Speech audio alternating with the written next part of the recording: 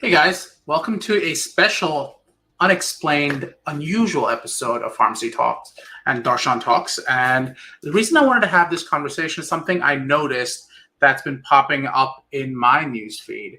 I'm a pharmacist, as some of you guys know. I'm an attorney, and this has been popping up. And I wanted to use this opportunity to talk a little bit because it's unusual, it's unexpected. Basically, FDA came out and said they authorize pharmacists to prescribe Paxlovid with certain limitations.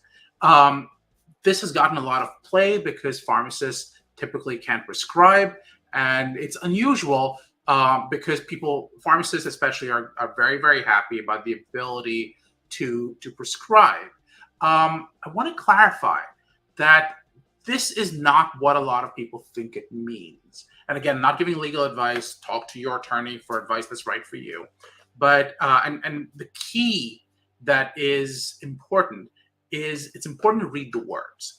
And the key term is authorizes pharmacists to prescribe, as opposed to enables or allows. And the reason that becomes important, and normally there wouldn't be a huge difference between the two, but the FDA does not regulate the practice of pharmacy. So the FDA cannot tell pharmacists you can now prescribe. What they can do is basically say, we won't object if pharmacists prescribe Paxlovid.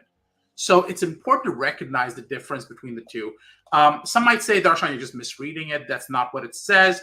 However, it enables, and I'm getting this directly from the FDA's website, it authorizes state licensed pharmacists to prescribe with certain limitations. So it's important to recognize that it's not all the pharmacists, it's only those who have the ability.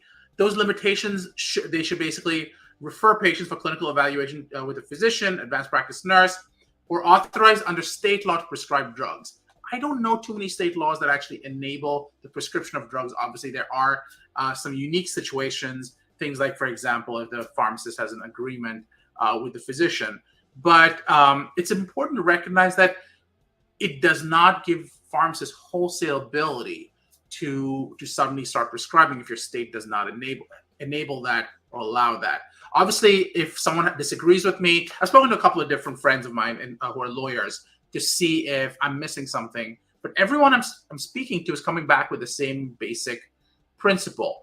Again, if you're a lawyer who knows something different, if you're a pharmacist who knows something different, I would love to hear from you, because this is not as groundbreaking as I would think. Obviously, it's still great that we are breaking down some of these barriers to access, but is that the same thing? I'm going to say no, but let's hope that this is a step in the right direction.